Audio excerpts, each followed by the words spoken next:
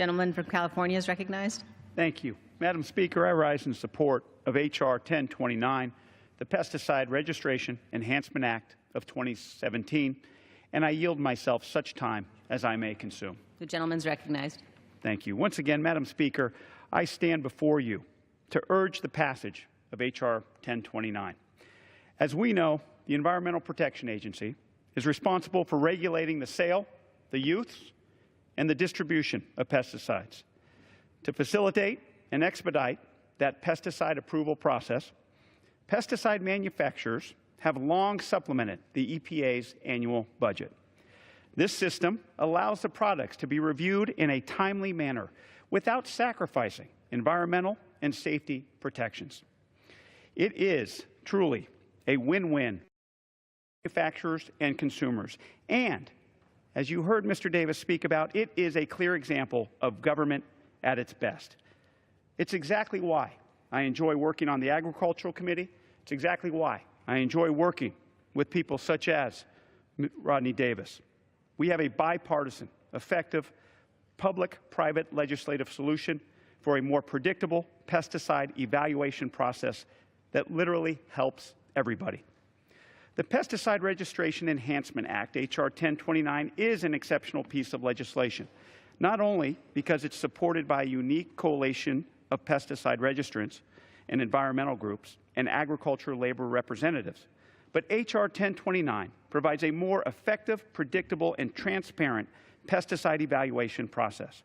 It promotes shorter review periods for reduced-risk pesticides and enhances scientific and regulatory activities related to farm worker protection. My district on the Central Coast of California is not only bountiful in its agriculture, it is absolutely beautiful with its environment. Therefore, we on the Central Coast work hard to find that balance of being known as the salad bowl of the world and one of the most scenic places in the world. And that is why our agricultural producers are the most thoughtful stewards of the land and recognize the need to protect the environment and the natural resources. This legislation facilitates that balance. This legislation provides a unique coalition building experience and encourages the agricultural industry to work with environmentalists. Thus, H.R. 1029 helps all of us who live and work in our community and ultimately our country.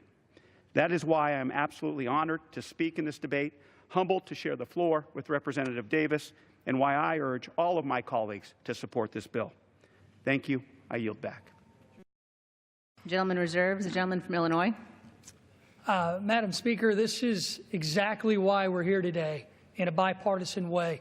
You know, my colleague, Mr. Panetta, said it right. This affects his industry. It affects his home area, as he likes to say, is the salad bowl of America. I've been there, and I've seen the crops you grow. And the crops I grow are much different in Central Illinois. The crops are grown by the farmers that I'm proud to represent. But they all have to have a successful PREA reauthorization to be able to grow those foods that we here in America continue to feed the world with and that we see in our grocery stores and on our supermarket shelves.